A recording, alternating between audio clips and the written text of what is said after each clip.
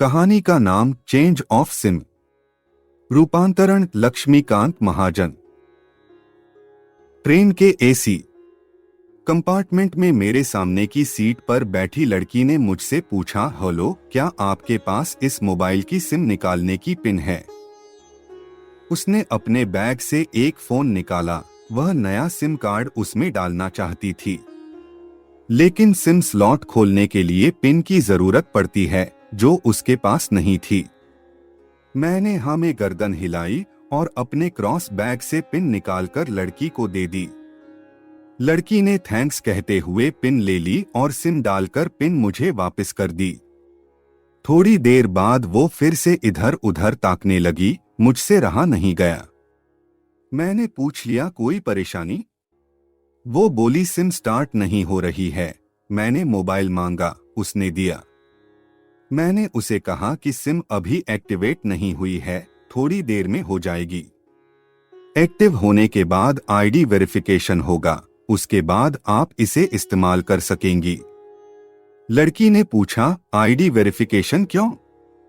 मैंने कहा, आजकल सिम वेरिफिकेशन के बाद एक्टिव होती है। जिस नाम से ये सिम उठाई गई है उसका ब्यौरा पूछा जाएगा, बता देना। लड़की बुदबुदाई, ओह। मैंने दिलासा देते हुए कहा, इसमें कोई परेशानी की कोई बात नहीं। वो अपने एक हाथ से दूसरा हाथ दबाती रही, मानो किसी परेशानी में हो। मैंने फिर विनम्रता से कहा, आपको कहीं कॉल करना हो तो मेरा मोबाइल इस्तेमाल कर लीजिए। लड़की ने कहा, जी फिलहाल नहीं, थैंक्स, लेकिन ये सिम किस नाम से खरीदी गई है मुझे नहीं पता। मैंने कहा, एक बार एक्टिव होने दीजिए, जिसने आपको सिम दी है उसी के नाम की होगी। उसने कहा, ओके, कोशिश करते हैं। मैंने पूछा, आपका स्टेशन कहाँ है? लड़की ने कहा, दिल्ली। और आप? लड़की ने मुझसे पूछा। मैंने कहा, दिल्ली ही जा रहा हूं, एक दिन का काम है। आप दिल्ली में रहती हैं या? लड़की बोली, नहीं नहीं, दिल्ली में कोई काम नहीं, ना ही मेरा घर है वहां। तो? मैंने उत्सुकतावश पूछा। वो बोली, दरअसल ये दूसरी ट्रेन है जिसमें आज मैं हूं, और दिल्ली से तीसरी गाड़ी पकड़नी है, फिर हमेशा के लिए आजाद। आजाद? लेकिन किस तरह की कैद से? मुझे फिर जिज्ञासा हुई, किस कैद में थी ये कमसिन अलहड़ सी लड़की? लड़की बोली, उसी कैद में थी जिसमें हर लड़की होती है, जहां घर वाले कहे शादी कर लो, जब जैसा कहे वैसा करो। मैं घर से भाग चुकी हूं। मुझे ताज्जुब हुआ, मगर अपने ताज्जुब को छुपाते हुए मैंने हंसते हुए पूछा, अकेली भाग रही हैं आप? आपके साथ कोई नजर नहीं आ रहा? वो बोली, अकेली नहीं, साथ में है कोई। कौन? मेरे प्रश्न खत्म नहीं हो रहे थे। दिल्ली से एक और ट्रेन पकड़ूंगी, फिर अगले स्टेशन पर वो जनाब मिलेंगे, और उसके बाद हम किसी को नहीं मिलेंगे। ओह, तो ये प्यार का मामला है? उसने कहा, जी। मैंने उसे बताया कि मैंने भी लव मैरिज की है। ये बात सुनकर वो खुश हुई, बोली, वाओ, कैसे, कब? लव मैरिज की बात सुनकर वो मुझसे बात करने में रुचि लेने लगी। मैंने कहा, कब, कैसे कहा? वो मैं बाद में बताऊंगा, पहले आप बताओ आपके घर में कौन कौन है? उसने होशियारी बरतते हुए कहा, वो मैं आपको क्यों बताऊं? मेरे घर में कोई भी हो सकता है, मेरे पापा माँ, भाई बहन, या हो सकता है भाई ना हो सिर्फ बहनें हो, या ये भी हो सकता है कि बहनें ना हो और 2 से 4 गुस्सा करने वाले बड़े भाई हो। मतलब मैं आपका नाम भी नहीं पूछ सकता? मैंने काउंटर मारा। वो बोली, कुछ भी नाम हो सकता है मेरा, टीना, मीना, रीना, कुछ भी। बहुत बातूनी लड़की थी वो। थोड़ी इधर उधर की बातें करने के बाद उसने मुझे टॉफी दी, जैसे छोटे बच्चे देते हैं क्लास में। बोली, आज मेरा बर्थडे है। मैंने उसकी हथेली से टॉफी उठाते बधाई दी और पूछा, कितने साल की हुई हो? वो बोली, 18 इंच। मतलब भागकर शादी करने की कानूनी उम्र हो गई आपकी। वो हंसी। कुछ ही देर में काफी फ्रैंक हो चुके थे हम दोनों, जैसे बहुत पहले से जानते हो एक दूसरे को। मैंने उसे बताया कि मेरी उम्र 35 साल है, यानी 17 साल बड़ा हूं। उसने चुटकी लेते हुए कहा, लग तो नहीं रहे हो। मैं मुस्कुरा दिया।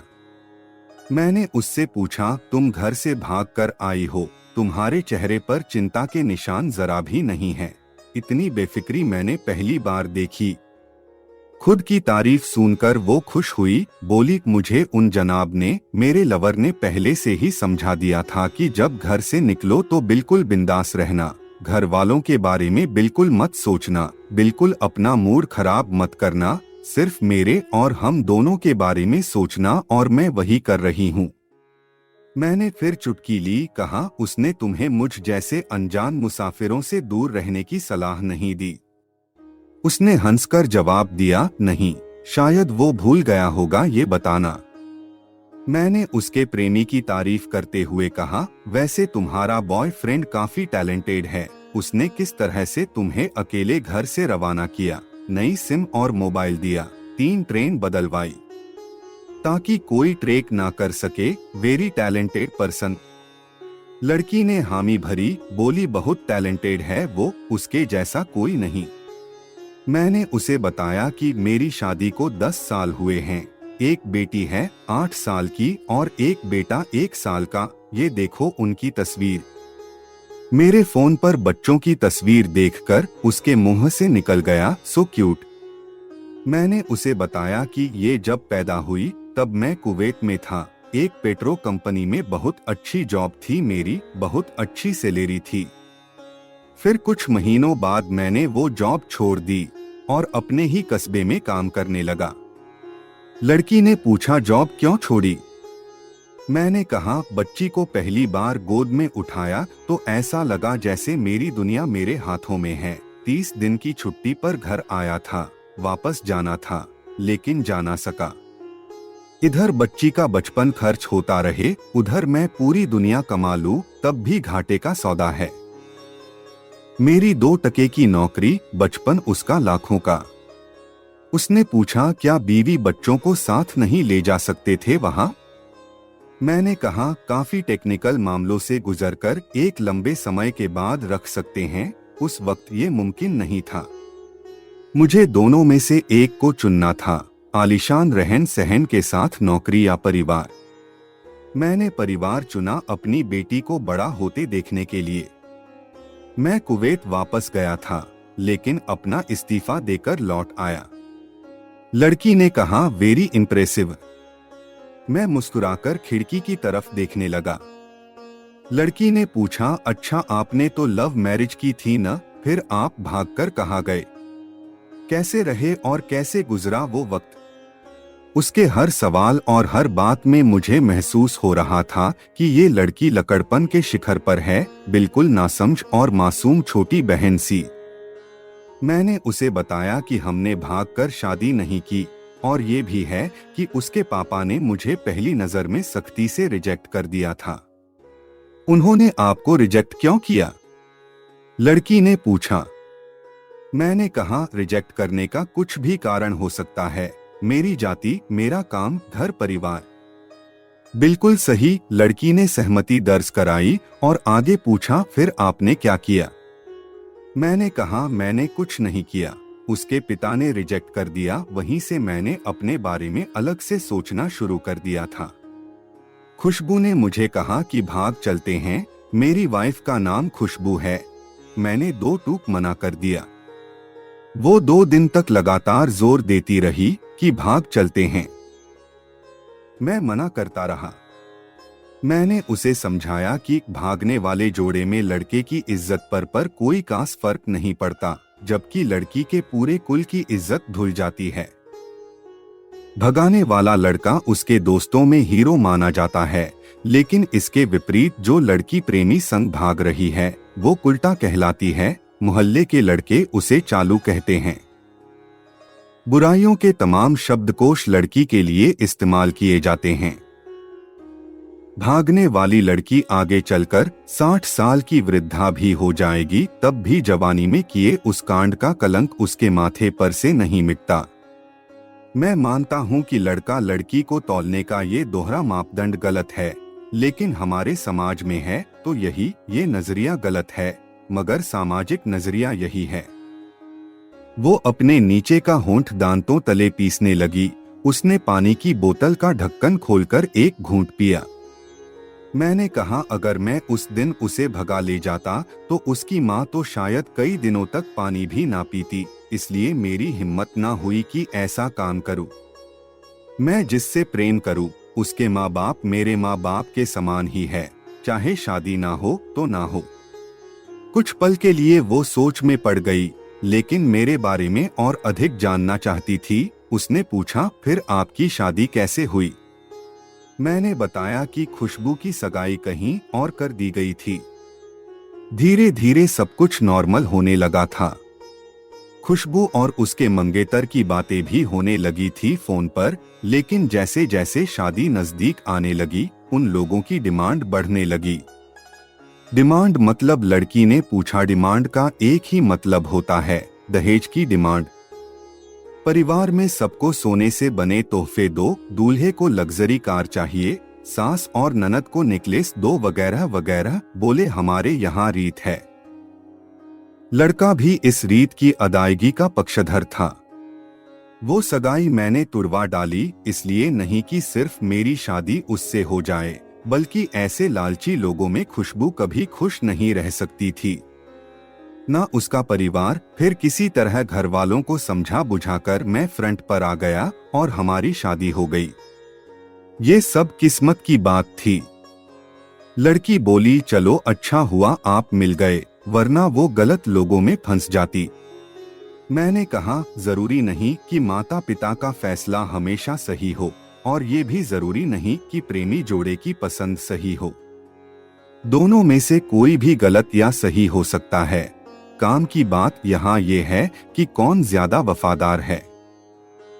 लड़की ने फिर से पानी का घूंट लिया और मैंने भी। लड़की ने तर्क दिया कि हमारा फैसला गलत हो जाए तो कोई बात नहीं, उन्हें ग्लानि नहीं होनी चाहिए। मैंने कहा, फैसला ऐसा हो जो दोनों का हो, बच्चों और माता पिता दोनों की सहमति, वो सबसे सही है। बुरा मत मानना, मैं कहना चाहूंगा कि तुम्हारा फैसला तुम दोनों का है, जिसमें तुम्हारे पेरेंट्स शामिल नहीं हैं, ना ही तुम्हें इश्क का असली मतलब पता है अभी। उसने पूछा, क्या है इश्क का सही अर्थ? मैंने कहा, तुम इश्क में हो, तुम अपना सब कुछ छोड़कर चली आई, ये सच्चा इश्क है। तुमने दिमाग पर जोर नहीं दिया, ये इश्क है। फायदा नुकसान नहीं सोचा, ये इश्क है। तुम्हारा दिमाग दुनियादारी के फितूर से बिल्कुल खाली था, उस खाली जगह में इश्क का फितूर भर दिया गया। जिन जनाब ने इश्क को भरा, क्या वो इश्क में नहीं है? यानी तुम जिसके साथ जा रही हो वो इश्क में नहीं, बल्कि होशियारी हीरोगिरी में है। जो इश्क में होता है वो इतनी प्लानिंग नहीं कर पाता है, 3 ट्रेनें नहीं बदलवा पाता है, उसका दिमाग इतना काम ही नहीं कर पाता। कोई कहे मैं आशिक हूँ और वो शातिर भी हो, ये नामुमकिन है। मजनू इश्क में पागल हो गया था, लोग पत्थर मारते थे उसे, इश्क में उसकी पहचान तक मिट गई। उसे दुनिया मजनू के नाम से जानती है, जबकि उसका असली नाम कैस था, जो नहीं इस्तेमाल किया जाता। वो शातिर होता तो कैस से मजनू ना बन पाता। फरहाद ने शीरी के लिए पहाड़ों को खोदकर नहर निकाल डाली थी और उसी नहर में उसका लहू बहा था। वो इश्क था। इश्क में कोई फकीर हो गया, कोई जोगी हो गया, किसी माझी ने पहाड़ तोड़कर रास्ता निकाल लिया, किसी ने अतिरिक्त दिमाग नहीं लगाया, चालाकी नहीं की। लालच, हवस और हासिल करने का नाम इश्क नहीं है। इश्क समर्पण करने को कहते हैं, जिसमें इंसान सबसे पहले खुद का समर्पण करता है, जैसे तुमने किया, लेकिन तुम्हारा समर्पण हासिल करने के लिए था, यानी तुम्हारे इश्क में लालच की मिलावट हो गई। लकड़ी अचानक खो सी गई। उसकी खिलखिलाहट और खिलंदड़ापन एकदम से खामोशी में बदल गया। मुझे लगा मैं कुछ ज्यादा बोल गया, फिर भी मैंने जारी रखा। मैंने कहा, प्यार तुम्हारे पापा तुमसे करते हैं, कुछ दिनों बाद उनका वजन आधा हो जाएगा। तुम्हारी माँ कई दिनों तक खाना नहीं खाएगी, ना पानी पिएगी। जबकि आपको अपने आशिक को आजमा कर देख लेना था। ना तो उसकी सेहत पर फर्क पड़ता, ना दिमाग पर। वो अक्लमंद है, अपने लिए अच्छा सोच लेता। आजकल गली मोहल्ले के हर तीसरे लौंडे लपाटे को जो इश्क हो जाता है, वो इश्क नहीं है, वो सिनेमा जैसा कुछ है। एक तरह की स्टंटबाजी, डेयरिंग, अलग कुछ करने का फितूर, और कुछ नहीं। लड़की का चेहरे का रंग बदल गया। ऐसा लग रहा था वो अब यहाँ नहीं है, उसका दिमाग किसी अतीत में टहलने निकल गया है। मैं अपने फोन को स्क्रॉल करने लगा, लेकिन मन की इंद्री उसकी तरफ थी। थोड़ी ही देर में उसका और मेरा स्टेशन आ गया। बात कहां से निकली थी और कहां पहुंच गई। उसके मोबाइल पर मैसेज टोन बजी, देखा, सिम एक्टिवेट हो चुकी थी। उसने चुपचाप बैग में से आगे का टिकट निकाला और फाड़ दिया। मुझे कहा, एक कॉल करना है। मैंने मोबाइल दिया। उसने नंबर डायल करके कहा, सॉरी पापा, और सिसक सिसक कर रोने लगी। सामने से पिता भी फोन पर बेटी को संभालने की कोशिश करने लगे। उसने कहा, पिताजी आप बिल्कुल चिंता मत कीजिए, मैं घर आ रही हूँ। दोनों तरफ से भावनाओं का सागर उमड़ पड़ा। हम ट्रेन से उतरे। उसने फिर से पिन मांगी, मैंने पिन दी। उसने मोबाइल से सिम निकालकर तोड़ दी और पिन मुझे वापस कर दिया। कहानी को अंत तक सुनने का धन्यवाद। ये मेरा दावा है, माता पिता से ज्यादा तुम्हें दुनिया में कोई प्यार नहीं करता। कहानी शेयर अवश्य कीजिएगा, कोई परिवार का भविष्य इससे बच जाए।